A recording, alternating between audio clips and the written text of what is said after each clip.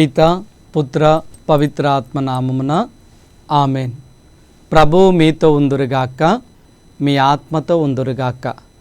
పునీత లూకా గారు రాసిన సువిశేషంలోని భాగము. ప్రభువ మీకు మహిమ కలుగునుగాక. లూకా సువిశేషము 9వ అధ్యాయము 1-2 వచనములు. యేసు తన 12 శిష్యులను చెంతకు పిలిచి, దయ్యములను పారద్రోలుటకు, వ్యాధులను పోగొట్టుకొనుటకు వారికి శక్తిని, అధికారమును ఇచ్చెను. దేవుని రాజ్యము ప్రకటించుటకును, రోగములను స్వస్థపరచుటకును వారిని పంపెను. క్రీస్తు ప్రభుని సువిశేషము. క్రీస్తువ మీకు స్తుతి కలుగునుగాక.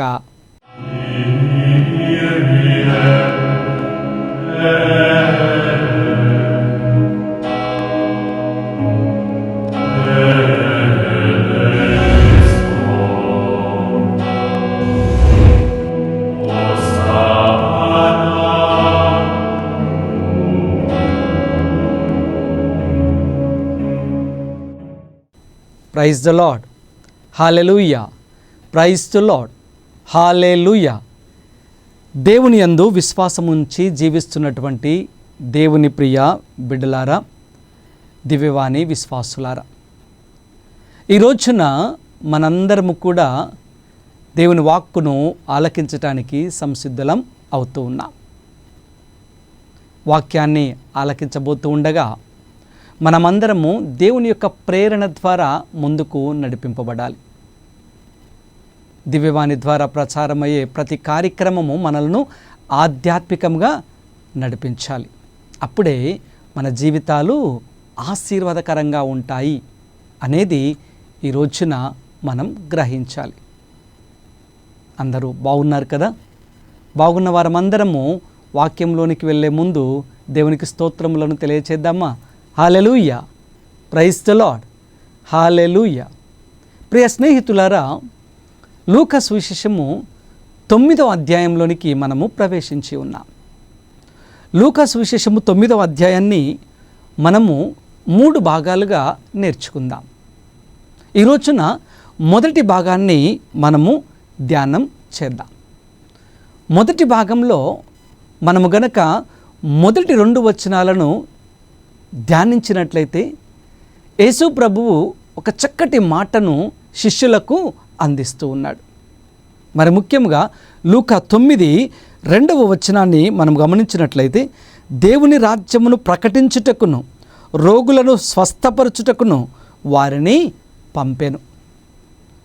12 చేరబిలిసి అప్పటి వరకు 12 మందిని తను ఎక్కడికి వెళితే అక్కడికి తీసుకుని వెళ్ళారు. ఇప్పుడు ఆయన మరొక్కసారి అందరినీ పిలిచి, మీరు ఇద్దరిద్దరు చొప్పున సువార్తను ప్రకటింప చేయటానికి వెళ్ళండి అని పిలుపును అందిస్తూ ఉన్నాడు దేవుని ప్రియ బిడ్డలారా. దీనికంటే ముందుగా ఆ పిలుపును పొందుకొని వారు లోకంలోనికి, ప్రజల్లోనికి వెళ్ళబోయే ముందు 2 అధికారాలను వారికి అందిస్తున్నారు. మొదటిది లూకా సువిశేషము 9వ అధ్యాయము 1వ వచనములో మనం చూసినట్లయితే, మొదటిది దయ్యములను పారద్రోలుటకు, రెండవది వ్యాధులను పోగొట్టుటకు ఆయన ఏమిచ్చాడంట? శక్తిని, అధికారమును అందించాడు. దయ్యాలను వెళ్ళగొట్టడానికి, స్వస్థపరచటానికి శక్తిని, అధికారాన్ని యేసు ప్రభువు తన శిష్యులకు అందిస్తూ ఉన్నాడు. ఈ రెంటి ద్వారా శక్తి, అధికారం. శక్తి అంటే పరిశుద్ధాత్మ దేవుని యొక్క ప్రభావితం చేసేటటువంటిది. అధికారము ఆ దేవుడు ఏది మాట్లాడమన్నాడో అది అధికారపూర్వకముగా, ఎవరికి భయపడకుండా ఆయన ఏది చెప్తున్నారో దానిని ఉచ్చరించమని అంటూ ఉన్నాడు. ఈ శక్తి, పరిశుద్ధాత్మ శక్తి, దేవుడిచ్చినటువంటి అధికారం, ఈ రెండిటి ద్వారా మీరు ప్రపంచంలోనికి వెళ్ళి ఏం చేయమంటున్నాడంట?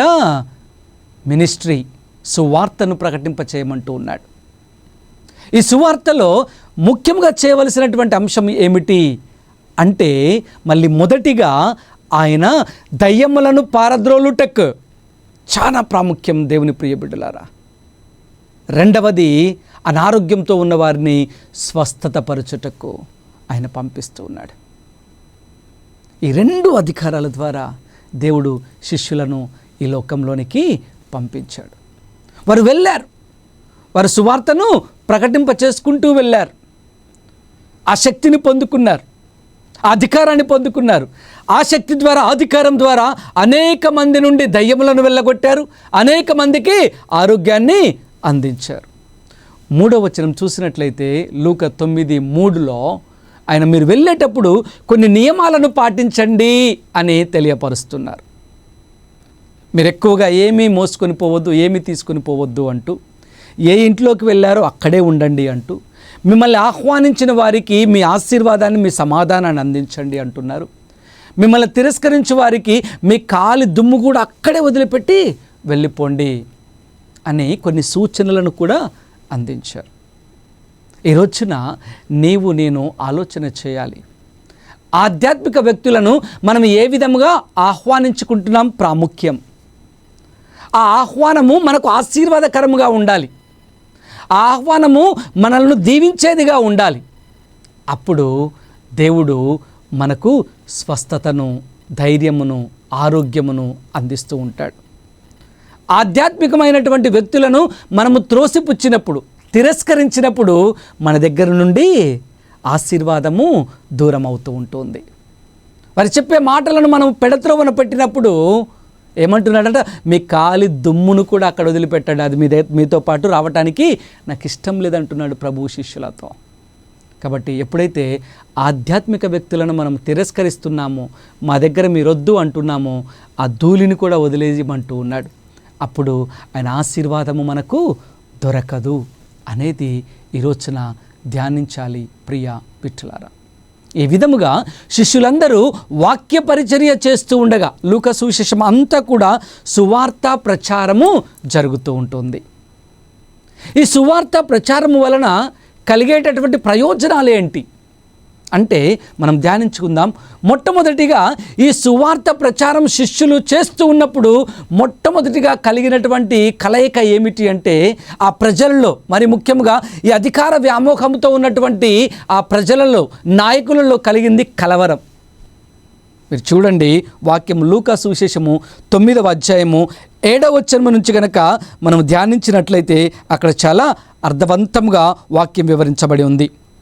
లూకా 9:7లో ఆ కాలమున గలిలయ రాజ్య పాలకుడగు హేరోదు యేసును గూర్చి అంతయు విని కలవరపడెను.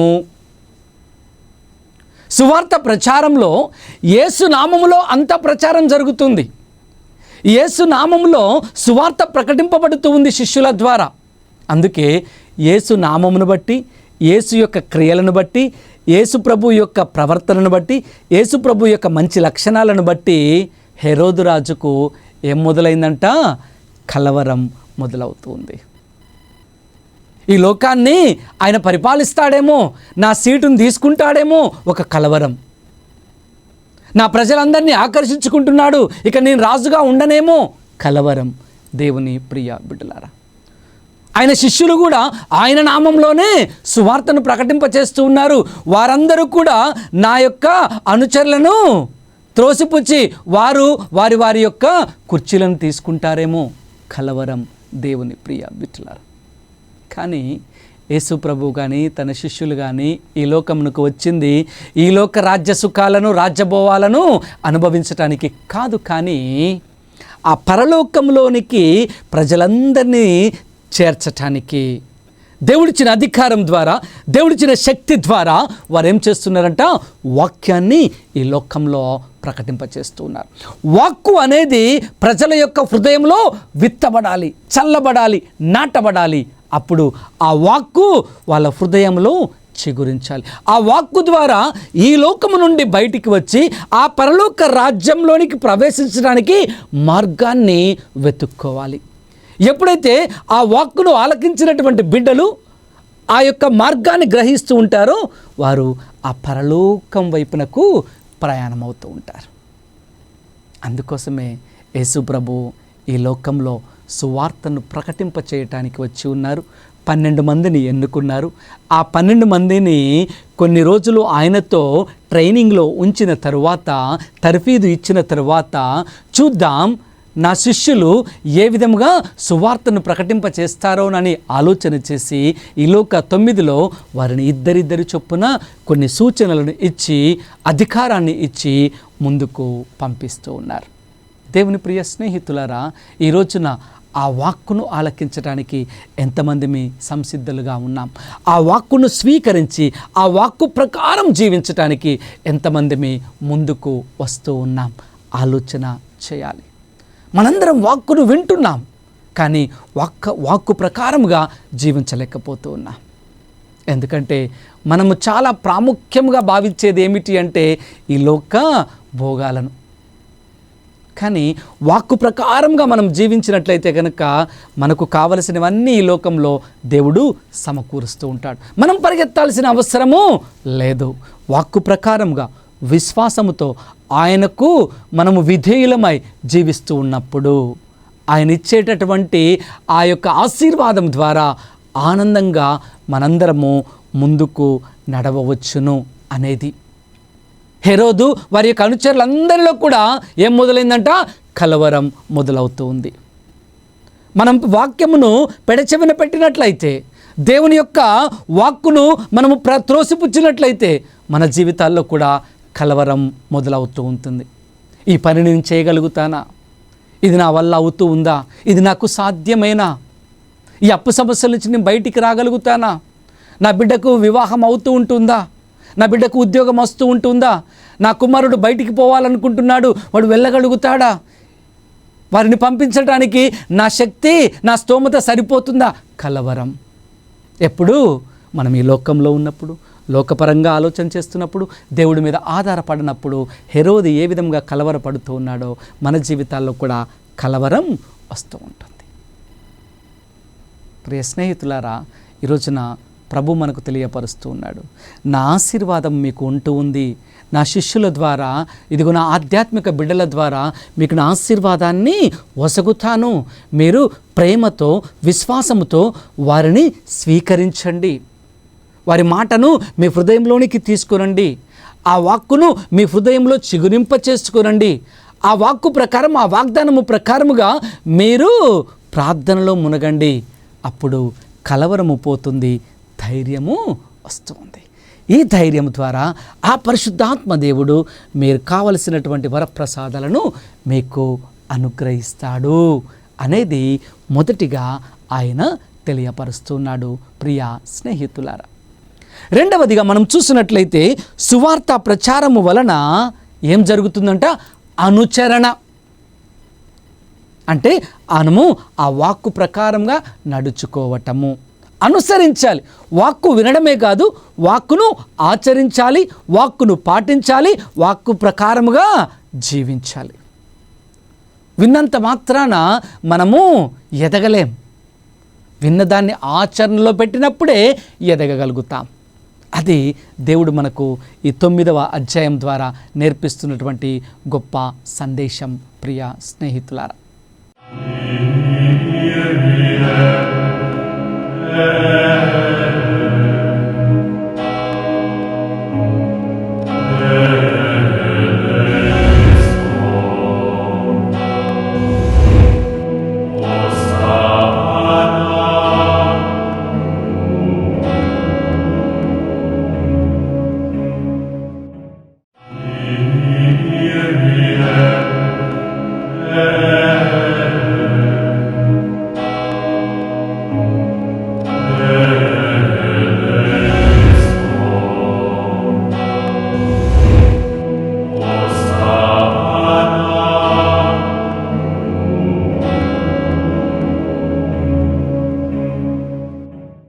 ఎప్పుడైతే మనము ఆచరణలో పెడుతూ ఉంటామో అప్పుడే ఎదగగలుగుతూ ఉంటాం.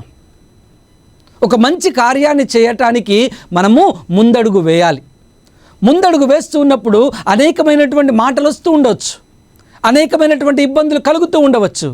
అలా అని చెప్పేసి మన ప్రయత్నాన్ని మనము మానుకున్నట్లయితే, దాన్ని ఆచరణలో పెట్టకపోతే మనము ముందుగా ఎదగలేం. ప్రియ స్నేహితుల, యేసు ప్రభు యొక్క శిష్యులు మేము వెళ్ళము, మీరుంటేనే మేము వస్తాము, మీరు లేకుండా మేమేం చేయలేము అని గనక వారు అక్కడే ఉన్నట్లయితే, ఆచరణలో పెట్టకపోతే, సువార్తను ప్రకటించడానికి మీరు కూడా వెళ్ళండి, మేము వెళ్ళము అన్నట్లయితే కనుక వారు ఎదిగేవారు కాదు. దేవుని శక్తి ఎంత గొప్పదో తెలుసుకునేవారు కాదు. అధికారంలో ఉన్నప్పుడు ఎలా ఉంటుందో వారికి అర్థమయ్యేది కాదు. దేవుని మాట విన్నారు, విన్నదాన్ని ఆలకించారు, ఆలకించిన దాన్ని ఆచరణలో తీసుకుని వచ్చారు. ఆచరణలోనికి తీసుకుని వచ్చారు కాబట్టే వాళ్ళు ఏమంటున్నారంట, తిరిగి వచ్చి, లూకా సువిశేషము 9వ అధ్యాయము 10వ వచనం మనం చూసినట్లయితే, శిష్యులు తిరిగి వచ్చి తాము చేసిన పనులన్నీ వివరించిన పిదప ఆయన వారిని మాత్రమే వెంటబెట్టుకొని బెత్సైదా గ్రామమునకు వెళ్ళెను. వారు చేసినవన్నీ ఈ ప్రపంచంలోనికి వెళ్ళిన తర్వాత, వాక్కును ప్రచారం చేసిన తర్వాత, ఆ శక్తిని, అధికారాన్ని పొందుకున్న తర్వాత, ఆ దయ్యములను, అనారోగ్యంతో ఉన్న వారిని అందరినీ కూడా విడుదల, స్వస్థత ఇచ్చిన తర్వాత యేసు ప్రభు దగ్గరికి వచ్చి, మీరు చెప్పినట్లుగా మేము చేశాము, ఇదిగో మేము ఆనందిస్తూ ఉన్నాము అని ఆనందంతో తిరిగి వారికి తెలియపరుస్తూ ఉన్నప్పుడు, ఇది దేవుని కృప అని గ్రహించినప్పుడు యేసు ప్రభు వారిని మాత్రమే వెంటబెట్టుకొని ఒక ప్రాంతానికి వెళుతూ ఉన్నారు. ఎందుకో తెలుసా? దేవునికి స్తోత్రం తెలియపరచడానికి. ప్రభువా, ఇప్పటి వరకు నేను నా శిష్యులతో తిరుగుతూ వెళ్ళాను వాక్యం ప్రచారం చేయటానికి, ఈ రోజున శిష్యులను మాత్రమే పంపించాను. ఇదిగో నీ శక్తి వలన, నీ అధికారము వలన ఈ బిడ్డలు నా నామములో దయ్యములను వెళ్ళగొట్టారు, అనారోగ్యులను ఆరోగ్యంలోనికి తీసుకుని వచ్చారు. ఇది నీ కృప అని భగవంతుడికి, ఆ దేవాతి దేవునికి స్తోత్రములు తెలియపరచడానికి, ప్రార్థన చేసుకోవటానికి వారిని మాత్రమే తీసుకొని వెళ్ళారు. కాబట్టి ప్రియ స్నేహితులారా, మనము వాక్కును ఆలకించి దాన్ని ఆచరణలో పెట్టడానికి ప్రయత్నం చేయాలి. ఈలోక బలహీనతలు, ఈలోక శక్తులు, ఈలోక ఆలోచనలన్నీ కూడా మనల్ని వాక్కును ఆచరణలో పెట్టడానికి వెనుకకు లాగుతూ ఉన్నాయి. మనకెదురయ్యేటటువంటి ఈ లోక పరిస్థితులన్నీ కూడా ఏం చేస్తున్నాయి? మనలందరినీ కూడా వెనుకకు నెట్టివేస్తున్నాయి. అందుకే మనం వాక్కులో ఎదగలేకపోతున్నాం. వాక్కులో ఎప్పుడైతే మనం ఎదుగుతూ ఉంటామో అప్పుడు పరిశుద్ధ ఆత్మదేవుడు మన తరపున ఉండి పోరాడుతూ ఉంటాడు. అప్పుడు మనకు అధికారం ఉంటుంది ఏ పని చేయటానికైనా, ఎందుకంటే నువ్వు వాక్యానుసారంగా ముందుకు వెళ్తూ ఉన్నావు కాబట్టి. ఈ రోజున ఒక గొప్ప సత్యాన్ని నేర్చుకుంటున్నటువంటి నీవు నేను కలవరాన్ని విడిచిపెట్టి, హెరోదు కలవరపడ్డాడు. యేసుప్రభు వచ్చినది ఈ లోక సింహాసనాన్ని అధిగమించటానికి కాదు, కానీ పరలోక రాజ్యం వైపునకు మనలందరినీ చేర్చటానికి. అది హెరోదు గమనించక కలవరపడ్డాడు. దాని తర్వాత శిష్యులు ముందుకు నడిచారు, ముందుకు ప్రభువు చెప్పినటువంటి వాక్కు ప్రకారం ముందుకు నడిచారు కాబట్టి గొప్ప కార్యాలు చేశారు, ఆచరించారు కాబట్టి వారిని దేవుడు ఆశీర్వదించాడు. ఆ ఆశీర్వాదాన్ని మీ అందరికీ పంచాలని దేవుడు కోరుకుంటున్నాడు. అందుకే ఆధ్యాత్మిక బిడ్డలు మీ దగ్గరకు వస్తూ ఉన్నారు. ఆధ్యాత్మిక బిడ్డలు చెప్పే మాటలు అవి వారి సొంత మాటలు కాదు, కానీ దేవుని ప్రేరణ వలన, దేవుని యొక్క పరిశుద్ధాత్మ శక్తి వలన, దేవుని యొక్క అధికారము వలన మీరు ఎలా ఉన్నారు, ఎలా ఉండాలి, ఎలా ఉండకూడదు, ఎలా ఉంటే ఏం జరుగుతూ ఉంటుంది అనేది వాక్కు ప్రకారముగా మీకు అందిస్తూ ఉన్నారు. దాన్ని గ్రహించి హృదయంలోకి స్వీకరించినట్లయితే కనుక మీరు ఆనందంగా జీవించగలుగుతారు. లేదు అంటే మనకు అది వ్యతిరేకంగా ఉన్నట్లయితే ఏమవుతుందంట, మనము ఆ వాక్కును జీర్ణించుకోలేం. దేవుడి మీద కోపం వస్తుంది, ఆధ్యాత్మికమైన బిడ్డల మీద కోపం వస్తుంది. గుడికి రావాలా వద్దా అనే ఆలోచనలో పడిపోతూ ఉంటాం. కలవరం, నా గురించే చెప్తున్నాడా అనే ఆలోచనలో పడిపోతూ ఉంటాం. కాబట్టి మనం ఎలా జీవిస్తున్నామో మన హృదయానికి, మన అంతరాత్మకు, దేవునికి మాత్రమే అర్థమవుతూ ఉంటుంది. బయటికి మనం ఎంత మంచిగా అవపడినా మన హృదయము, మన దేవుడు గమనిస్తూనే ఉంటూ ఉంటాడు. కాబట్టి ఒకవేళ దేవునికి మెచ్చినట్టుగా మన యొక్క హృదయము, అంతరాత్మ లేకపోయినట్లయితే మనం మార్చుకోవాలి అని, బయట జీవితము మనల్ని దేవునికి దగ్గరకు చేర్చలేదని గ్రహించి ఏం చేయాలి? వాక్కు ప్రకారముగా మనము ఆ ప్రభు వైపునకు మొగ్గు చూపాలి. అప్పుడు ఆయన ఏం చేస్తాడో తెలుసా? వాక్కు ప్రకారంగా జీవించినట్లయితే మనకు కావలసిన భోజనాన్ని కూడా ఆయన అనుగ్రహిస్తాడు. దేవుని ప్రియ బిడ్డలారా, అదే లూకా సువిశేషం 9వ అధ్యాయము మనము 12వ వచనం నుంచి చూసినట్లయితే అర్థమవుతుంది. సువార్త ప్రచారం వలన మనకేం దొరుకుతుందంట? మూడవది, ఆకలి దప్పులు తీర్చు దేవుడు మన దేవుడు. అందుకే లూకా 9:12 చూసినట్లయితే, ప్రొద్దుగూకిన ఆరంభించినప్పుడు 12 శిష్యులు ఆయన వద్దకు వచ్చి, ఇది నిర్జన ప్రదేశము, ఇక వీరిని పంపివేయుడు, పల్లె పట్టులకు వెళ్ళి వారికి కావలసిన భోజనములను చూచుకొందురు అని శిష్యులు ఆయనతో చెప్పారు.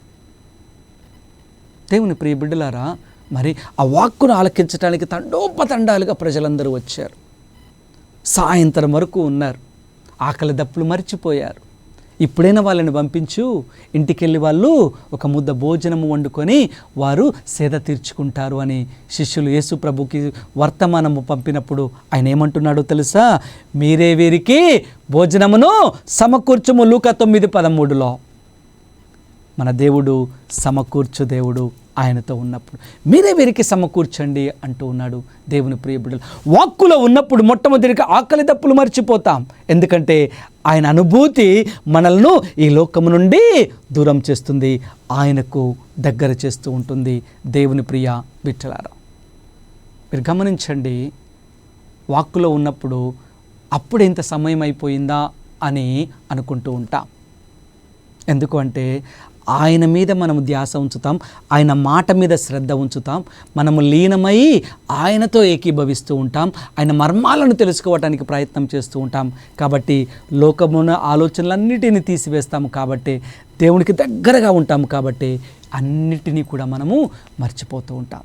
అందుకే మత్తయి సువిశేషం 4లో అంటాడు కదా యేసు ప్రభు, శోధనలకు గురైనప్పుడు మానవుడు కేవలము రొట్టె వలనే జీవింపడు, ప్రభు వసుకు ప్రతి వాక్కు వలన కూడా జీవించగలడు అంటాడు.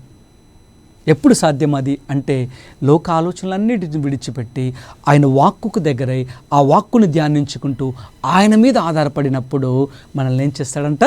సంతృప్తి పరుస్తూ ఉంటాడు. అందుకే యోహాను సువిశేషము 10వ అధ్యాయం 10వ వచనంలో ఆయన అంటాడు, నేను సమృద్ధిగా ఇచ్చు దేవుడను అంటాడు. ఆ సమృద్ధి ఎక్కడ దొరుకుతుంది అంటే వాక్కులో ఉన్నప్పుడే దొరుకుతూ ఉంటుంది.